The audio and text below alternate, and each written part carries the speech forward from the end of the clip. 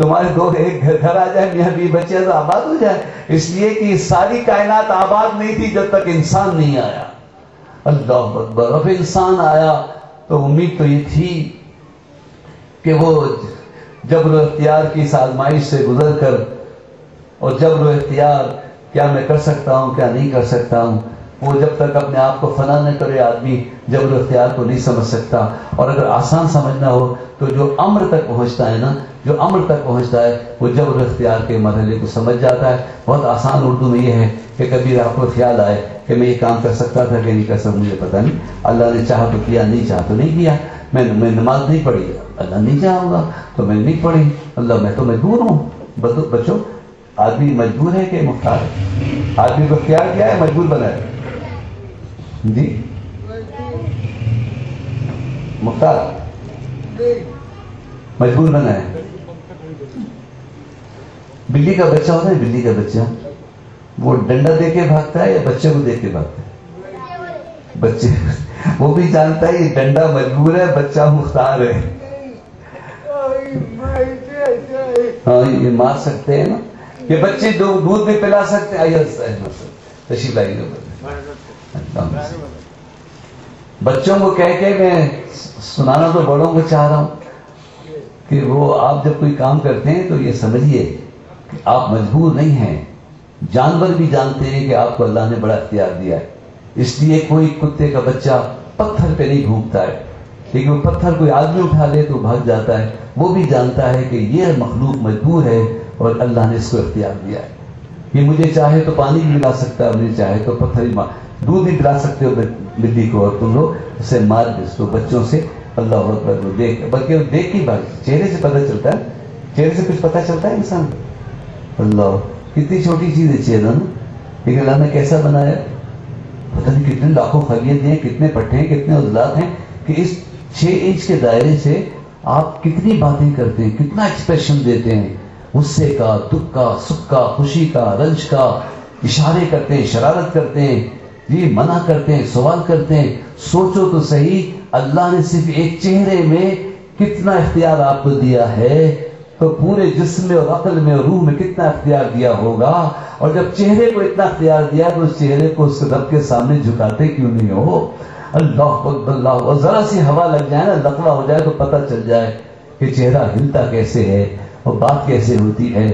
اللہ تعالیٰ کا ذکر کریں. مجھے بچے نے بہت اچھی تقریر کی فَاذْكُرُونِي أَذْكُرْكُمْ، سورہ بقرہ کی آیت کی روشنی میں، کہ اللہ نے فرمایا تم میرا ذکر کرو میں تمہارا ذکر کروں گا. یہ بھی ترجمہ صحیح ہے. آج حضرت زیادہ صحیح ترجمہ کیا کہ تم مجھے یاد رکھو میں تمہارا چرچا کروں گا.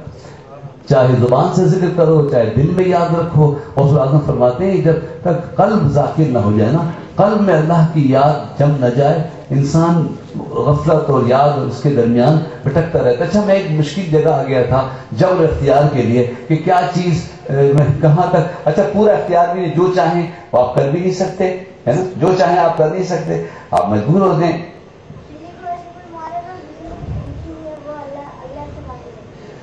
اصل میں بلی کیوں پیاری ہے؟ مسجد میں بلی کا بچہ آ جائے تو حافظ صاحب نہیں بھگاتے، اور مرغی کا بچہ آ جائے ڈنڈا لے کے بھاگ.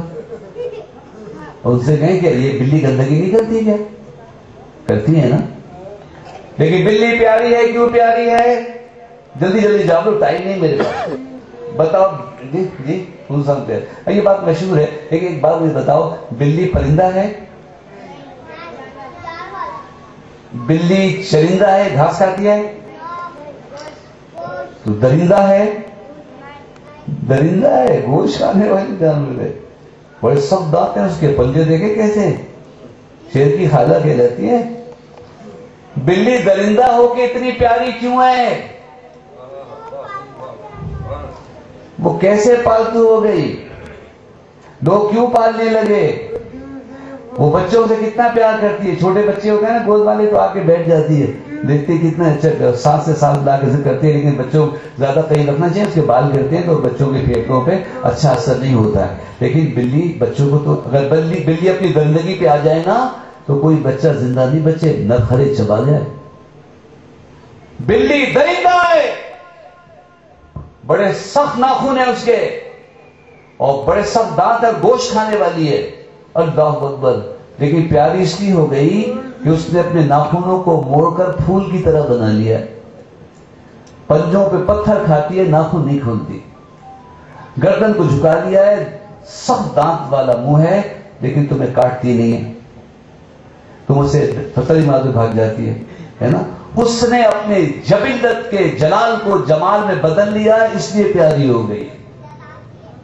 او نوجوانوں, بچوں, شریف لڑکوں, اگر تم اپنی شرارت چھوڑو گے تو لوگوں کے پیارے ہوگے. جو جی چاہتا ہے نا یہ شرارت کر لوں, اس کو مار دوں, کر سکتے ہو, لیکن اگر تم اپنے ناخن موڑ لو گے, گردن جھکا لو گے, تو اللہ رسول کے پیارے ہو جاؤ گے, ماں باپ کے پیارے ہو جاؤ گے. اور ورنہ جو بھی جی چاہا کہ میں لوٹ لوں, میں ماروں, یہ کروں, وہ کروں. حضور صلی اللہ علیہ وسلم تشریف لائے مکے میں, اللہ اکبر, قافلے آتے تھے, تجارت, شام, فارس, یمن, اللہ اکبر, ایران, فارس, سونے کے بت چڑھا کے جا رہے, بڑے امیر قافلے آتے تھے. تو جب حضور نے یہ دیکھا اور حضور جوان ہوئے تو حضور نے حضرت کو جمع کیا اور کہا, لوگوں, ہم مکے کے کعبے کے متولی, ہم عربی, ہم ام القریٰ کے رہنے والے, ہم زمزم کے سقایا, ہم بھوکے ہیں, اور یہ تاجروں کے قافلے یہاں سے گزر کے جائیں, لوٹ لو, کوئی بچ کے نہیں جائے. کیا حضور نے یہ کہا؟ حضور نے یہ نہیں کہا. ان تاجروں نے کہا, محمد تم کس دین کی بات کر رہے ہو, تم چاہتے کیا ہو, تم کہو تو سونے چاندی کے ڈھیر لگا دیں. حضور نے فرمایا, مجھے سونا نہیں چاہیے, کلمہ چاہیے. اللہ, کیونکہ اس دور میں ہم ہیں, ہر شخص سلطانہ ڈاکو بن رہا ہے, کچھ تو لوٹ رہا ہے, کچھ غریبوں کے لیے لوٹ رہا ہے, جسٹیفائی کر رہا ہے کہ میں لوٹ کے اپنے محلے میں بانٹ دیتا ہوں, اس لیے بھائی کہلاتا ہوں, لوگ مجھے اس لیے بچا لیتے کہ میں جس گھر محلے میں رہتا ہوں, غربت ہے, جہالت ہے, ترقی نہیں 60 سال میں, اس لیے میں لوٹ رہا ہوں. اللہ, دوسرے محلے والے پیسے والے لوگ ہیں, ان سے لوٹ کر میں بانٹ دیتا ہوں. اللہ اکبر, سلطانہ ڈاکو. اللہ, میں غریبوں کو ڈھونڈ کے دیتا ہوں. وہ $1,000,000 چھپے ہوئے, وہ اس کو ظاہر نہیں کیا جا سکتا, ظاہر نہیں جا سکتا. بہرحال, اور غریبوں کو ڈھونڈ کے مدد کر رہا ہوں.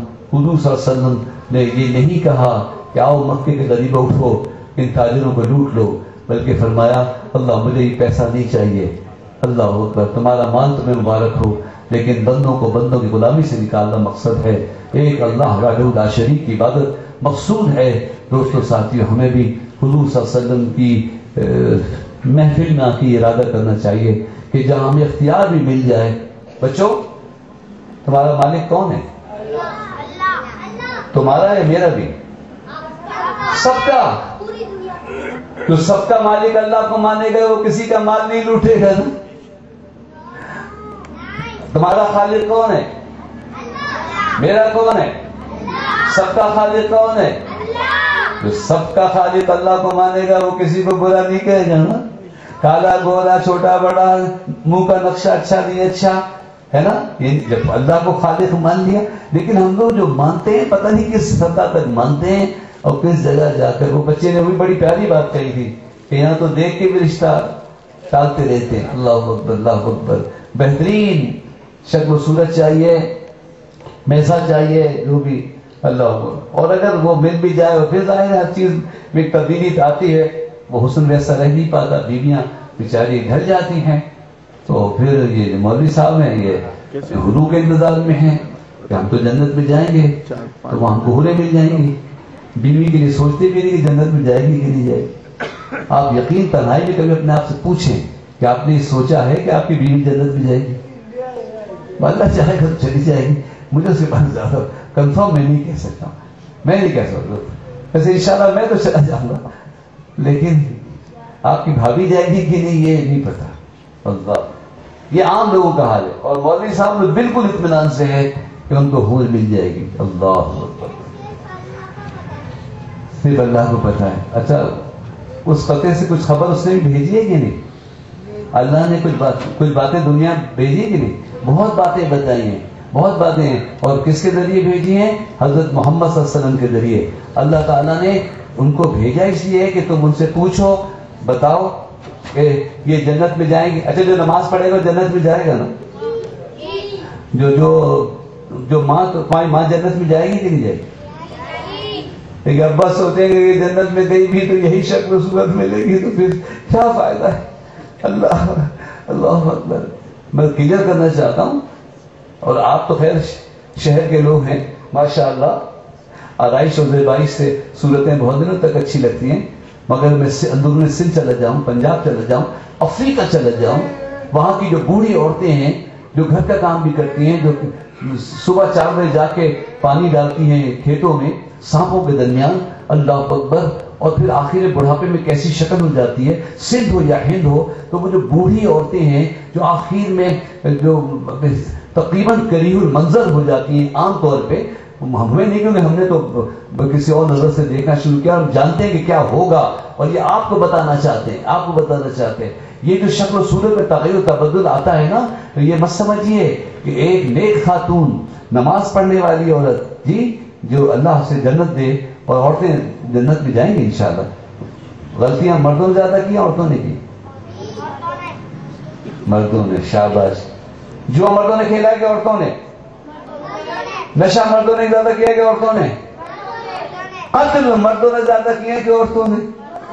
پھر بھی مرد کہتے ہیں ہم جائیں گے. اللہ اکبر. خدائی کا دعویٰ مردوں نے کیا ہے کہ عورتوں نے؟ مردوں نے.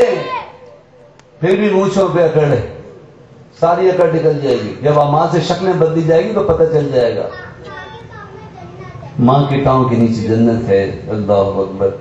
تو ماں جب جنت میں جائیں گی، مائیں جب جنت میں جائیں، وہ بوڑھی مائیں بھی جائیں گی، وہ کسان عورتیں، وہ ماسیہ گھر میں کام کرنے والی، ایمان کے ساتھ، نماز کے ساتھ، ضروری عبادات کے ساتھ حلال روزی کمانے والی، جب عورتیں جنت میں جائیں گی نا تو انہی شکل و صورت میں نہیں ہوں گی. اللہ وہ ان کو حسن جمال دے گا کہ حوریں ان کی کنیز ہوں گی. ماشاءاللہ. حوریں ان کی لونڈی ہوں گی، کنیز ہوں گی. تمہاری ہو تو بڑی خوشی، میری کنیز ہوگی. اور بیوی کے یا رسول اللہ صلی اللہ علیہ وسلم، یا علی، یا غوث اعظم دستگیر، یا سیدنا شیخ قادری معین جیلانی رضی اللہ تعالی عنہ. حضور غوث پاک نے بھی بڑی خبریں دی. اچھا خبریں ہیں، لیکن تم جب بزرگوں کے پاس بیٹھو گے نا تو تمہیں ہر بات کا پتہ چلے گا. اور ماں کے قدموں میں جب بچے نے کہا، میں اسی پہ اپنی گفتگو سمیٹ لیتا ہوں. سرکار کے نشی فإن الجنۃ تحت اقدام امہاتکم او کما قال صلی اللہ علیہ وسلم، جنت ماں کے قدموں کے نیچے ہے. اور باپ کے سرکار نے فرمایا باپ کا مرتبہ بھی کم نہیں ہے. جس